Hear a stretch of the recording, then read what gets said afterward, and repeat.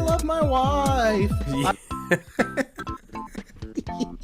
People have different tastes, and that's fine, but the way you're talking to fans who've been with you since 10 days is disappointing, and that ego reflects in the quality of your newest music.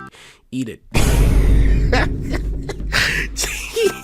Chance was seen dancing with some random. Oh my god, Chance! How he could make a whole album. Damn. I think we should forgive him, honestly. Like, be real. If you was in that situation, would you have resisted? Okay. Racist against rappers, they all look the same to him. They used to beg him not to egg him on Halloween. He told him holler back with the suede Pumas, dollar green. Nah, I mean, heat it up till the temperature tarball. Y'all just gawk like gargoyle. Welcome back, baby. I ain't gonna lie. I'm thinking I might have a little bit, quite a bit of yapping to do at this video. Hip hop's most embarrassing albums. Like, depending on what albums he talk about, bro, I might have a lot to say. Yeah, we'll just get to it when we get to it, man. Hip hop is home to a ton of great albums from a bunch of great artists. But on occasion, big artists release albums that are so bad That are dookie. that they're embarrassing. Whether it's an album with over 100 songs to boost sales, or Oh yeah, I forgot French Montana did that. I forgot French Montana did that. That's crazy. an album so bad you basically quit making music, there are a lot of examples of this. Jesus, bro. YBN, Amir, Logic. Okay.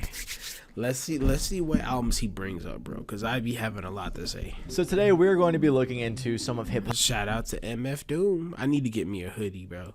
hop's most embarrassing albums, starting off with Chance the Rapper's Big, Big Day. Day. Chance the Rapper was Chance. Okay, look, let me just go ahead and say this right off the rip. Chance the Rapper is trying to make a comeback, okay? And I think we can at least hear him out, all right? Like, if you go to his YouTube channel and you listen to the songs that he's been dropping recently, you can hear why Chance blew up in the first place, bro. The dude knows what he's doing.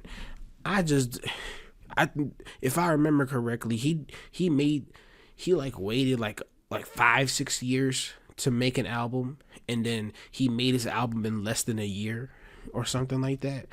I don't know. That thing was hot ass good. Even the album art looked like it was dookie. and still is a beloved artist, but after releasing this album, it heavily damaged his career. Like, Basically is the reason he isn't really putting out music anymore. It's so, oh my god. And of course, I can't make this video without talking about this album. Yeah. After releasing his debut mixtape 10 Day into the Fire. Dude, I love Chance the Rapper, bro. 10 Day, Acid Rain. Acid Rain is still my favorite one. The Coloring Book. Dude was literally on like a generational run, and then he dropped the Big Day. 2012, Chance got a decent amount of attention, especially locally. The next year, he released his classic mixtape Acid Rap, with features from I said Acid Rain, Acid Rap. No, bro. There's not. Look, I'm telling you, I don't like to glaze like this, but there's like basically no skips on Acid Rain. Acid Rap. There's no skips on Acid Rap. plenty of talented artists, which led to Chance really moving up in the music industry. He began touring, was nominated for Best Mixtape of the Year at BET Awards. He was featured in Yeah, I keep forgetting that was literally a mixtape. And his hat with the 3, I almost bought one of those hats, but my head is too big for hats, bro. I just outed myself. Don't save that information. commercials and also performed at Lollapalooza. Then in 2014, he Mind you, he's doing all of this because of a mixtape. He didn't even drop an album yet. was a double XL freshman back when that still mattered, and started appearing in tons of other things in the following years. He also met Kanye in 2014. I met Kanye West. I'm never going to fail. His favorite artist of all time, and they eventually began to work together on Kanye's album The Life of Pablo. When this album released in 2016, Nobody else speak this. I can't remember what he said. This is my part, nobody else speaks. This is my part, nobody else speaks. Glory to God. Yeah. Chance was Now he went crazy on Ultra Light Beam. Yeah, look at all of these people. The Dream, Mike Dean, bro. Real talk, bro. when Kanye doesn't make a song with Mike Dean, you could really tell the difference, bro. And and shout out Kanye before, not the stuff he's saying nowadays, but yo, literally, Let me stop yapping. all over it, with We won't be writing here credits forever. and verses on multiple All of these songs, classics, bro. songs. It was also on this album that Chance said, "I met Kanye West, I'm never gonna fail," which became very iconic and ironic for a few different reasons.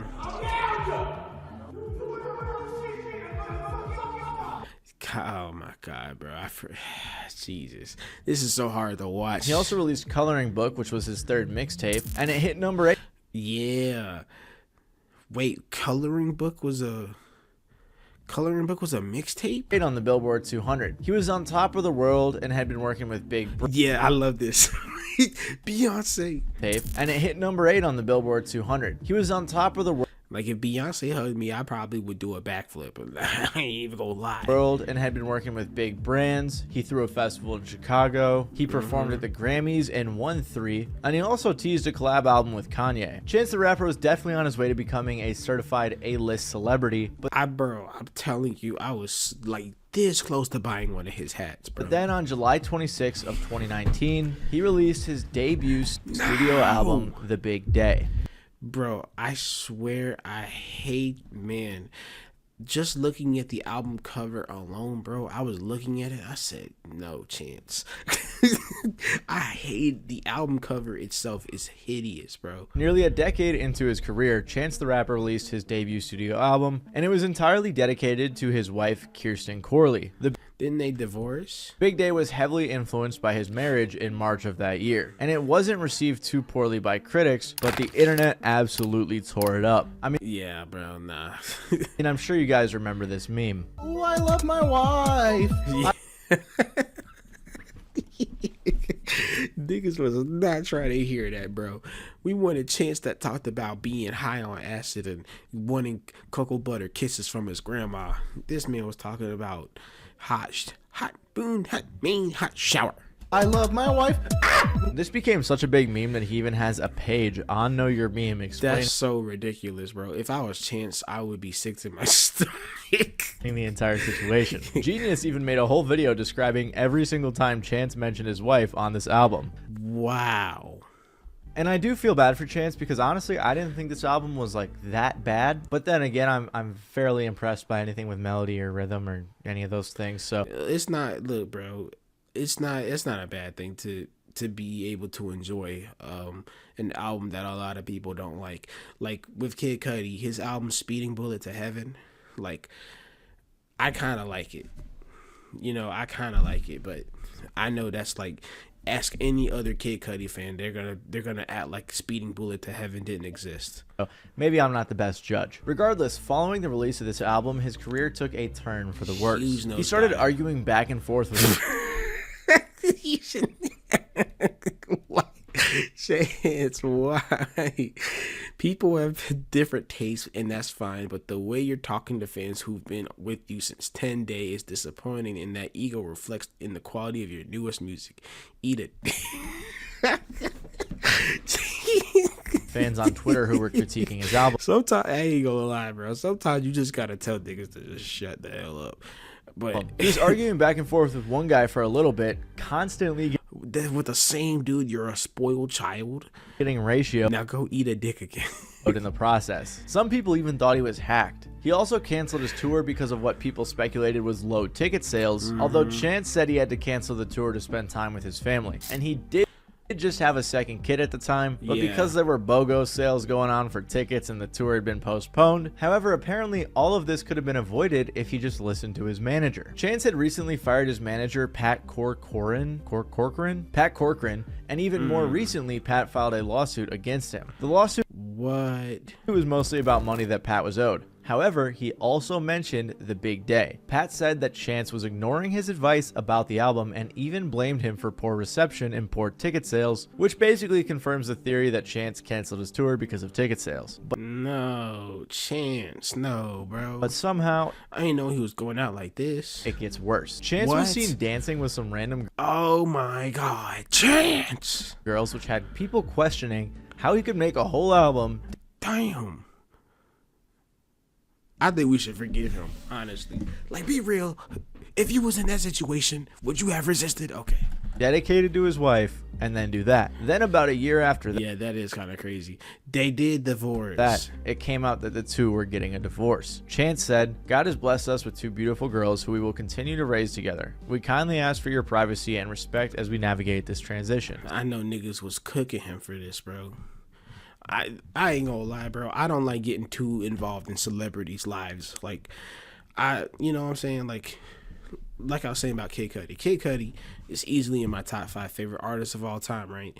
I didn't know until he dropped Man on the Moon Volume 3 that he had a daughter. I didn't even realize he had a daughter.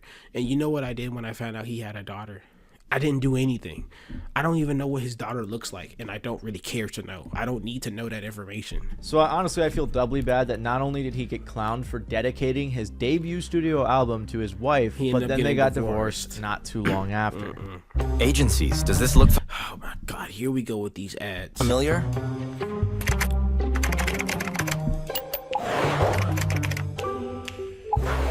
Regardless, Doing so good with the ads, bro. debut studio album to his wife, but then they got divorced not too long after. Regardless, I think Chance's situation is unfortunate because he is very talented. Since the Big Day incident in 2019, he has Yeah, if he drops another album, I will listen to it and give him another chance. Cause Chance, I listen to Chance all the way through middle school, high school, and a little bit in college before he dropped The Big Day. hasn't released an album. However, he has put out some solid singles, and clearly a lot of people still Yeah, literally go check out the songs he's been dropping. want music from him, but he really did hurt his career after that album. Sorry for the outfit change. My camera corrupted part of the thing. Whatever. But It'd while be like Chance the that. Rapper was not expected to make a bad album like that, it's not too surprising that Ice Spice's debut studio album was a bit embarrassing. I'll be real. Damn. I'll be real, bro. Like, I knew about the album, but I didn't even know when it dropped. Like, I don't know the date that it dropped. After a bunch of hit singles in 2022 and She went on a generational run. We weren't expecting her to go on a run. People thought she was a one-hit wonder with some ass. She was a generational runner with some ass. 2023, Ice Spice announced her album Y2K in 2024 and announced the album cover as well. And off rip, a lot of people thought the cover was trash. I mean, It is kind of ass. the album name is literally on the trash can. A fan posted a picture where they changed the album cover up a bit, and Ice Spice responded, What in the you thought you made this better to saying, "You thought you made this better too, Delulu," which a lot of people thought was pretty rude to a fan who just wanted to post a better version of the picture. Anyway, the lead Yeah, that is kind of ass. single of this album was called "Think You the Shit Fart." She was trying Oh my God, bro. There is no reason why this song should have done as good as it did, bro. It's literally because people made it a meme. to play on this Think you the shit, bitch? Nah, you ain't even the fart. I be breaking their hearts like. popular meme, and this song was not taken seriously at all by fans. I hate niggas so much, bro. It just became a meme song and went Yeah. viral a little bit on TikTok. Yeah. Especially after releasing like a few good songs like Boy's a Liar, for example. It just seemed Lear. Don't you disrespect. My God, it's Pink Panthers. That boy's a Lear. like Ice Spice was going backwards. Regardless, her debut album Y2K came out in July of 2024 and it wasn't very well received. One fan said on a Google review, "I actually liked a couple of Ice Spice's previous songs, so I was hopeful she'd bring something fresh and new to this project. Unfortunately, she did not. It's very similar beats with very similar bass notes and very similar lyrics over and over and over again. I feel Yup. like she could have the potential to make better music if she stopped trying to drop new projects or deluxe versions of existing projects every few months, and instead just focus on making a really good, high-quality album." Facts. I agree with this 100%. Ice Spice should have just got her a ghostwriter and should have just went the Drake route, except with the potential minors. But she should have went the Drake route and just made bangers. I had no idea people use Google reviews, but this was a very accurate take on the situation. The only time I ever read the review is if I'm looking for something super specific and I need to make sure it does what I want, what I'm hoping that it does. That's the only time I look at a review. Many fans had similar complaints. Fast food type music. You already know what to expect, but if you're in the mood for it, then it's not too bad. This is what happens when folks gas up straight garbage. It stays garbage. And don't get me started on all of the poop bars she had throughout this whole album. You know what?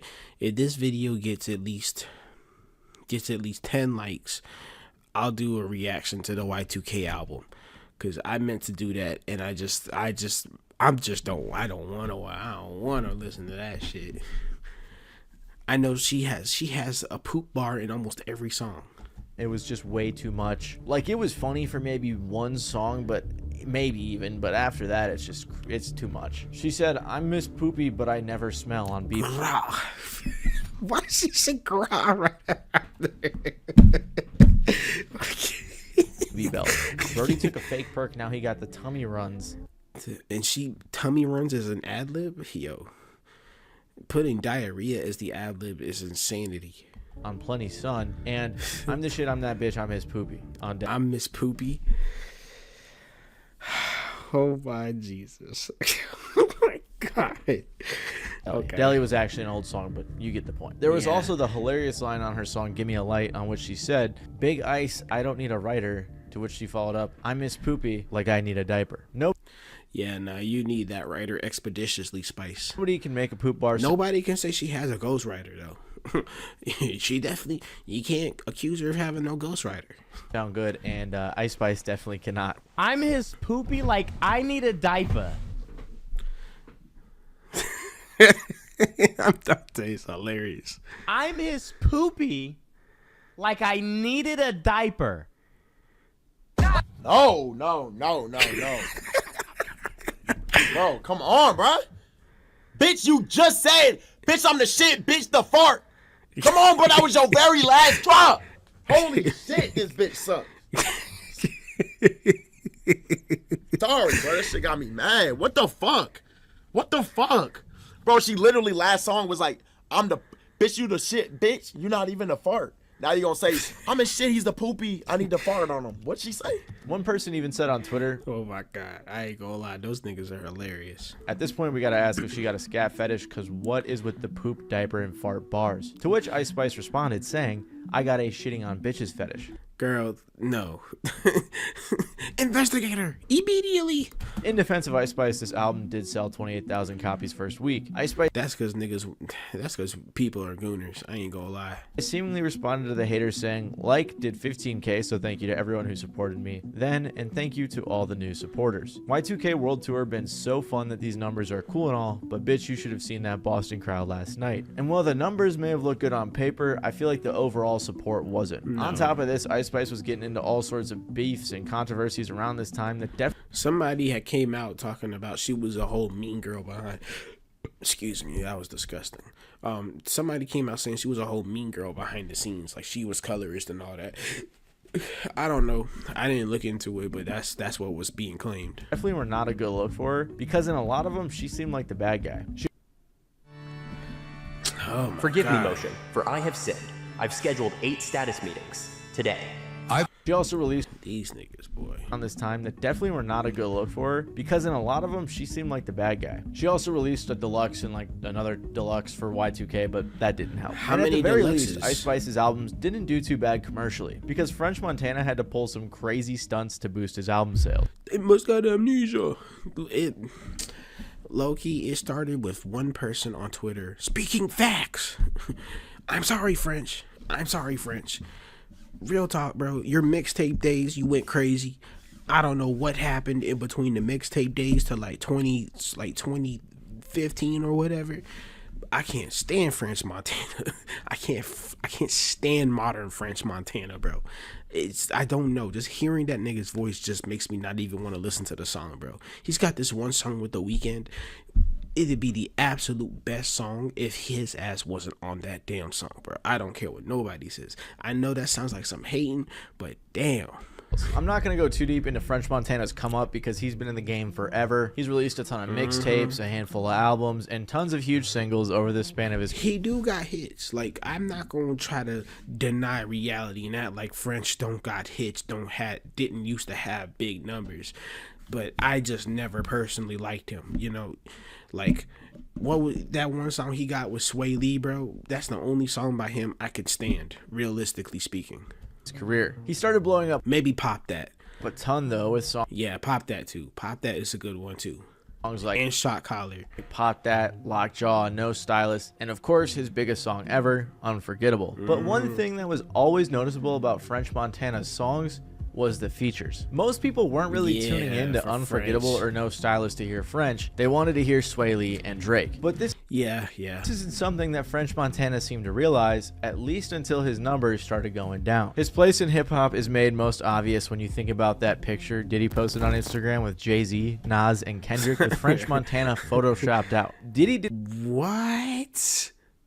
didn't even crop him out. He went through the effort of photoshopping French Montana out so he could say, 3 kings, 3 great friends, love you guys. And That's crazy.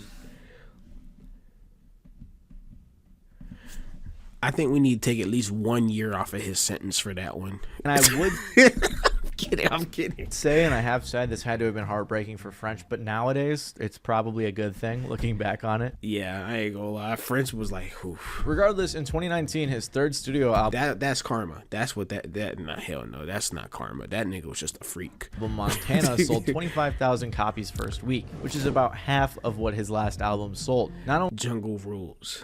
only that, but he was also caught in a fake stream controversy around this time as well. I went into more Jesus. detail on this in a video I did called The Biggest. Yeah, there's a lot of people in the industry who like bought their streams, bro.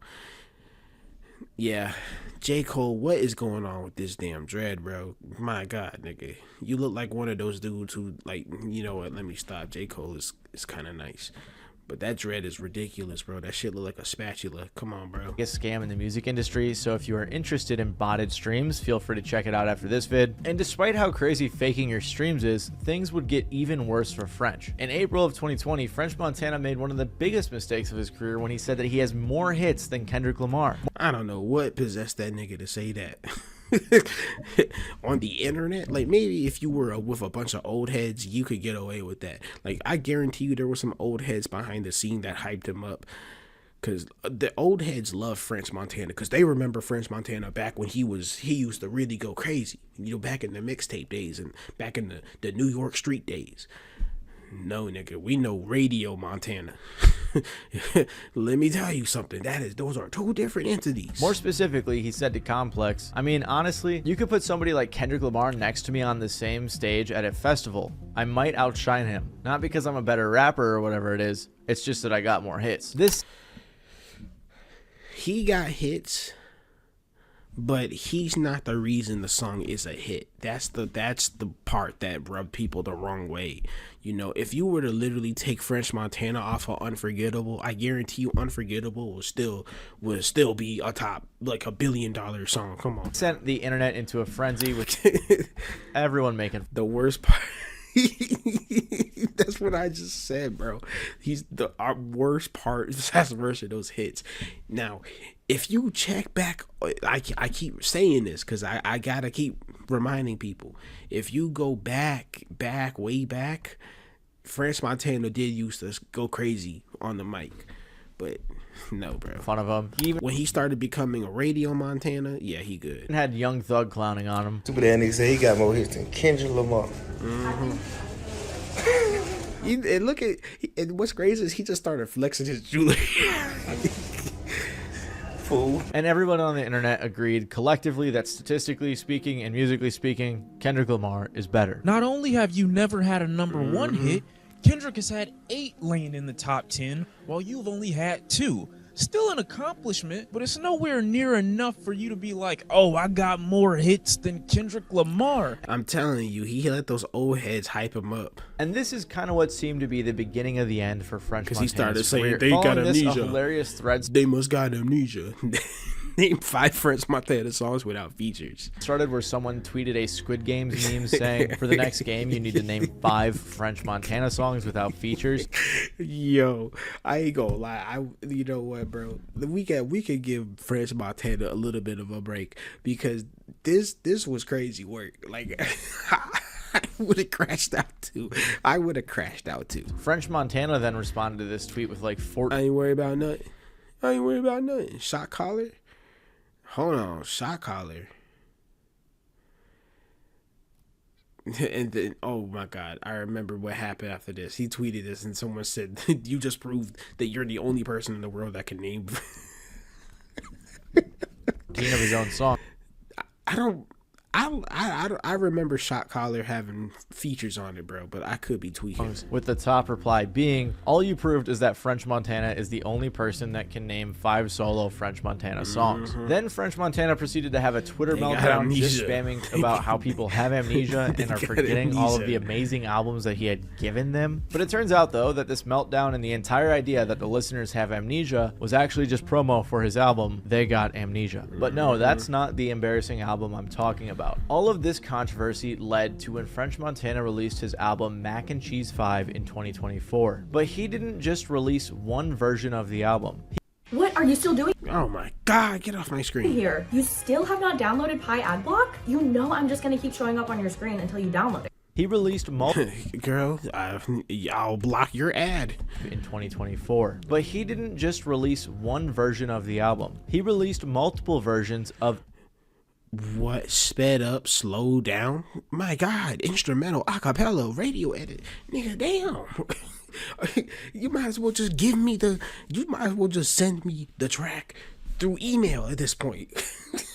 Like, you might as well just tell me to hop on the track at this point. My God, bro.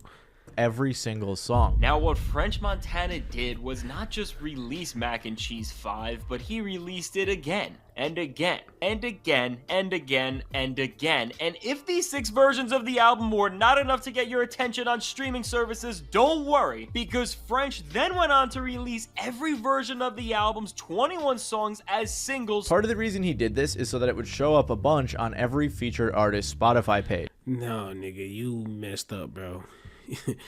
I'm not even gonna take the time to listen to none of these songs. And on top of that, he released a 126 song version of the album called Mac and Cheese 5 Versions. One person tweeted, "This looks like a cry for help. Like, damn, you must really need some streams." It was really just a sad attempt for him to boost his streams and his album sales. Which is crazy because the only way I heard about this album was from this controversy. And after all that, he only sold 34K first week, which was more than his last 2 albums, so it's not that bad if it weren't for another scam that he was alleged in to boost his sales. Right before Mac and Cheese 5 dropped, he released vinyls for pre-order that were only $5. And a lot of people wanted some $5 vinyl because that's pretty cheap. So he did a decent amount of sales. According to Billboard, for these sales to count, they would have to be shipped by the album's release date. A Twitter user by the name of Dro said, "French Montana sold vinyl records on his site for $5 pre-orders back in January. With all the albums needing to be shipped on release date to count towards sales, it seems almost everyone that purchased it has had it delivered to a random address. This seems to be a case of fake shipping confirmations in order to boost sales numbers for the album." A lot of people responded to this tweet saying that the same thing happened to them, that their record was supposedly delivered but to some random ass location. So basically what this means is French's team had a bunch of fake shipping confirmations made just to get the sales in. This album was crazy work, bro. Really one of the most embarrassing album rollouts and marketing gimmicks. And I told you, bro, new age French Montana, that nigga should have retired after Shot Collar, the 3rd remix. Scams that I've ever seen. I've talked about it on this channel a couple times, not gonna lie, but I'm just so blown away that he did this that I had to talk about it again. I'm not, bro. Coupled with everything else I talked about that he did before this may have been the final nail in the coffin for French Montana's career. And while of course it is cringy to release an album full of hundreds of songs, Logic may have dropped an even cringier album. Oh, brother, Logic. Oh my God. Oh my God. Okay, let me just go ahead and preface this by saying I discovered Logic through his corniest album. You know, I heard the 1-800 song, yada, yada, yada. I thought it was cool, but it didn't make me check him out, right? And then I started seeing memes get posted about this album, and I saw the memes about him talking about being biracial, and I was like, okay, this is just the internet exaggerating, bro. You ain't gotta do this nigga like this. And I went to go check it out myself. They were not exaggerating. They were not exaggerating. Like almost every Logic verse for like a span of 2 to 3 years had at least one bar talking about that he's biracial. And it was always the corniest bar in the entire song. When Logic came out back in the day releasing mixtapes, he became very popular among fans of rap. His debut studio album, Under Pressure, was a huge success, and many hip-hop fans believe that this was the best album Logic had ever released, even to this day. He was known for his lyrics and his own confidence in his lyrical ability. Even Jesus had haters, so when you feeling forsaken, tell him jealous Judas is who it is, and man, that'll break him. Like, come on, bro. How do you go from that to saying, I'm black and white?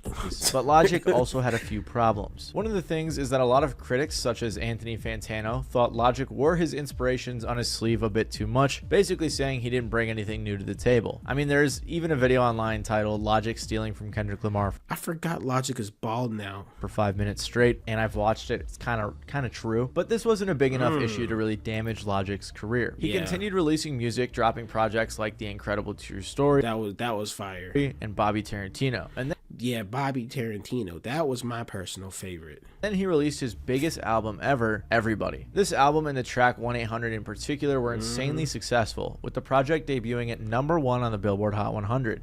And remember, I'm retroactively listening to all these albums after I've already listened to the corny one, and I'm thinking, what the hell happened?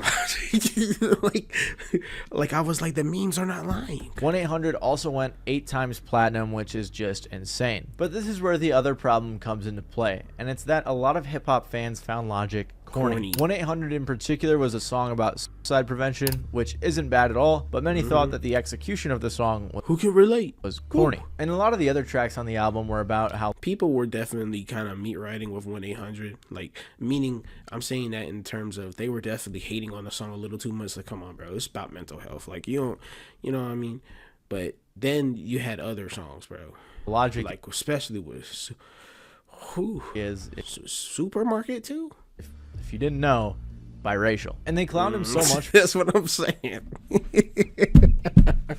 Yeah. Were about it all, but many thought that the execution of the song was corny. And a lot of the other tracks on the album were about how Logic is, if you didn't know, biracial. And they clowned him so much for it on this album that it fueled his want to talk about it even more. There's even compilations of Logic talking about his biracialness all over YouTube. Blood is a slave and a master. It's like the devil playing spades with the pastor. I'm black and white, but racism I still cannot evade. Cole's biracial, Drake's biracial, Obama's biracial. My father's black, And your mom is white. Yep. But he was born with the white privilege. Oh, man, what the fuck is that? White people told me as a child, as a little boy playing with his toys, I should be ashamed to be black. And some black people look ashamed when I rap. Like my great-granddaddy didn't take a whip to the back. Okay. Now, from first impression, though, you look white. After Everybody, Logic sort of kept digging himself a deeper hole when it came to dropping songs or doing things that fans viewed as corny. This culminated on Royce da 5'9's Caterpillar remix, where Logic kind of just lost it when it came to this topic. Oh, yeah. He spazzed on this verse, bro.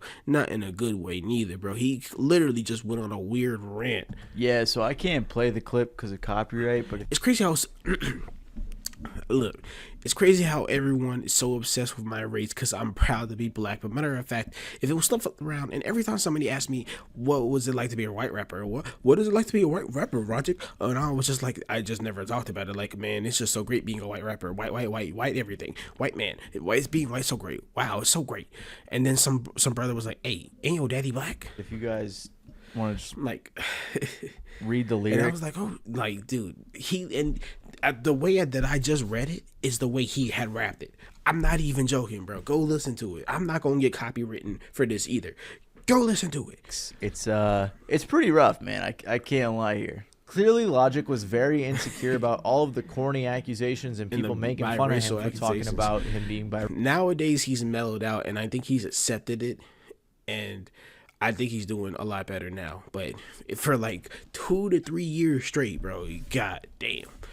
Like, Logic was labeled as a goofy cornball, and he constantly was not making it was not helping the argument. Racial. And I believe that this insecurity is what resulted in the album Confessions of a Dangerous Mind. Confessions of a Dangerous Mind was released in May of 2019, and hip-hop fans really did not like this album. It came out a couple months after Supermarket, which was a soundtrack Logic made to a novel he wrote, and that album was also pretty dookie, bro. Bad, but I'm not really counting it for this video because it was a soundtrack and it wasn't really a rap album. Regardless, Confessions of the Dangerous Mind did fairly well commercially, selling 80,000 first week and going #1. That's because, in my opinion, Logic does have a very strong core fan base. However, definitely, Logic is not nobody. A lot of fans, including many of his diehard fans, were not into this album. I personally was pretty into Logic at this time. I liked Incredible True Story, Under Pressure, stuff like that. And the first single he put out for this album was good, and then the entire rest of the album just kind of derailed and was not, it was pretty bad.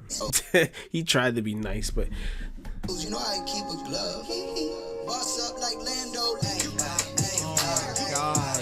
The moment I've been waiting for. I don't even want to listen to this shit, bro.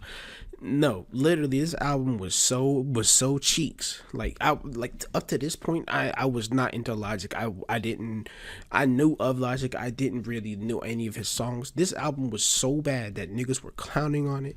Memes were everywhere, and this made me check out Logic. And I listened to this album, and I was like, and I was like, what does his other stuff sound like? And I went to go listen to his other stuff. And I say, yeah, this nigga took a dark turn somewhere. No one's been waiting for this moment. Not. Born and raised on the playground as everybody following the trends I set. Rat pack misfits doing it different. Fortnite doing the car dance. Fortnite doing the car dance. Yeah, man. You deserve at least like a couple days in solitary confinement for this, and have yourself think about it. And there are a few promising instrumentals on the record, but nothing that outshines the severe averageness of Logic's verses and his hooks. Logic's worst rap album, again, by a very large margin, in my opinion. Shopify Point of Sale makes it easy to start and grow your retail business. All backed by the world's most powerful commerce. I'm feeling a... Like, this album was so ass that it made me go check out the rest of his discography, bro. Like, it was some type of reverse psychology for me. Again, by a very large margin, in my opinion. I'm feeling a strong 1 to a light 2 on this thing. He said things on this album like, I ain't bipolar, Kanye make me wish I was, which a lot of people weren't happy about. And on the hook of the song Bobby, he said, who sell out arenas, who spit at the meanest, who's biracial only in his penis. Holy shit. A lot of fans were pretty disappointed by this project. Okay. One fan said, Logic in 2014. I'm not defined by the sales of my first week, because in my mind, the only way I fail is if my verse weak. Logic in 2019. I don't give a damn about lyrics. Another fan said, I think his passion has just kind of ran out. You can sort of tell he already said all he has to say in his previous albums. This album is also the 11th worst rated on Rate Your Music. Jesus. What? Lil Wayne had what? Rebirth. If you don't know, Rate Your Music is kind of where all the little internet Anthony Fantanos go to rate albums, so their opinion isn't law, but it does go to show that a lot of people didn't like this project. I just can't imagine a Lil Wayne project being that bad. Also, the same year, hold on, bro. I gotta check that out. Hold on, bro, because there's no way.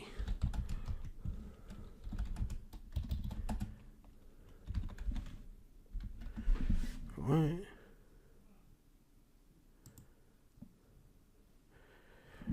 Okay.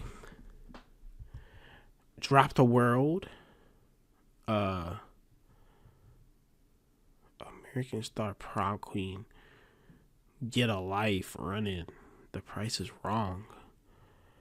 I might have to check that out.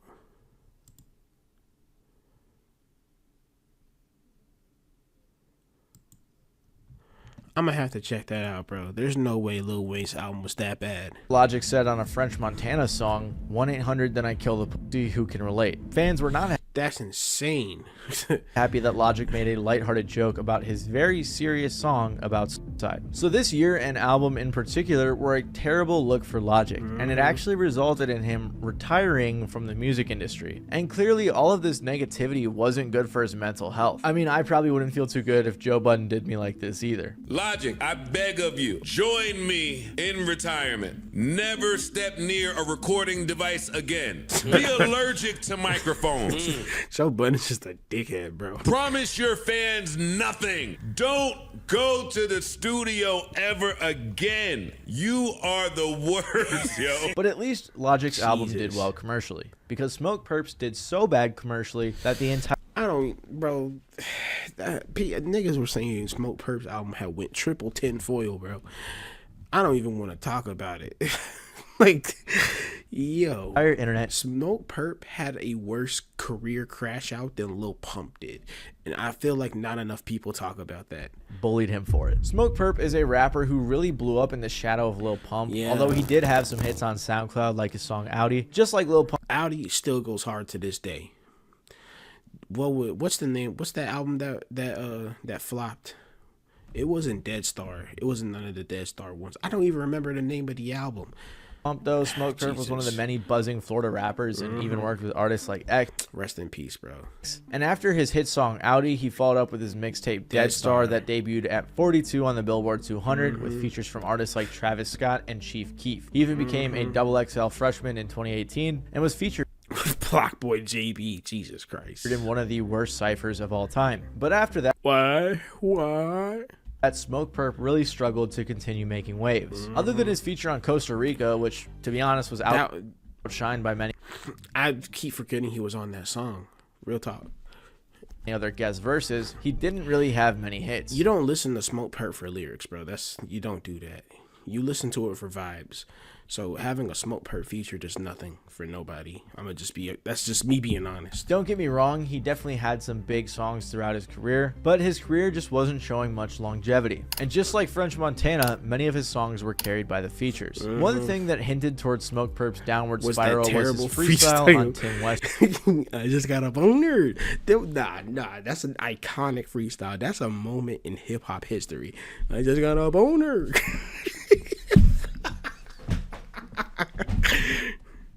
Which, if you haven't heard, was terrible. I'm a motherfucking stoner. Hey, I'm a motherfucking boner. I got a motherfucking boner. Yo. If I was the DJ, I would have honestly just turned off the mic, bro. My effing from the bus, I got a boner. He claims that he was just having fun, but that didn't stop the entire internet from making fun said limelight 4 times in a row, by the way, of him for years to come. This video has a whopping 70,000 dislikes, and they even had to turn off the comments. No, bro. I think it's one of those so bad it's good. Like, it's literally, I think personally that freestyle has aged like fine wine. Mwah, perfect. It's one of the best freestyles, bro. What are you talking about? And even to this day, 6 years later, people are still making fun of him for this. About a month after that, Smoke Perp posted on his Instagram story. First they said I'm falling off. Then their new excuse was we want old Perp. Made the whole Florida jit like old mosh pit Perp. That's what it was. Florida Jit. That's the album that flopped like crazy. And now those same people are acting like they knew I was about to turn back up like this. I'm streaming crazy and my music going up more than ever. Alright, nigga, you don't. I'm a motherfucking boner. Basically, he was denying that he fell off, said he was doing better than ever before. That's the worst part, bro. Like, I think the graceful way, like, if you know you're falling off, bro, and there's not, and you've already attempted to try to revive your career, I think it's best to just kind of go out with some grace. And then trying to promote his next album, Florida Jit. But yeah, ain't nobody was listening to that. People saw right through this. And look at I ain't gonna lie, this Photoshop work is kind of horrible. One of the top comments is, bro can't accept the fact that he fell off so hard, so he keeps lying to himself. And this really goes to show, because shortly after this, Smoke Perp released his album Florida Jit. This album came out and sold only 4,700 copies, and less than 130 digital albums were sold as well. Jesus Christ, bro.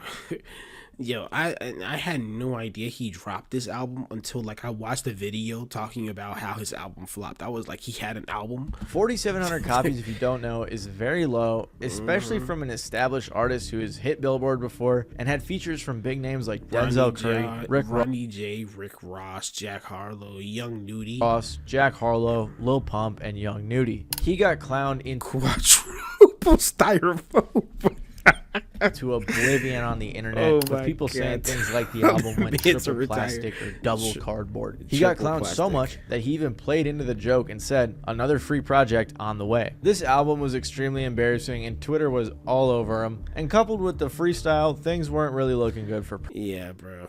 Yeah. Perp. He really wouldn't be talked about much until 2022, and it wasn't for a good reason. It was for them shows. Oh my God, it was for them shows. Like, what was it? Like 7, 8 people showed up to his show, and he walked out, and then he left.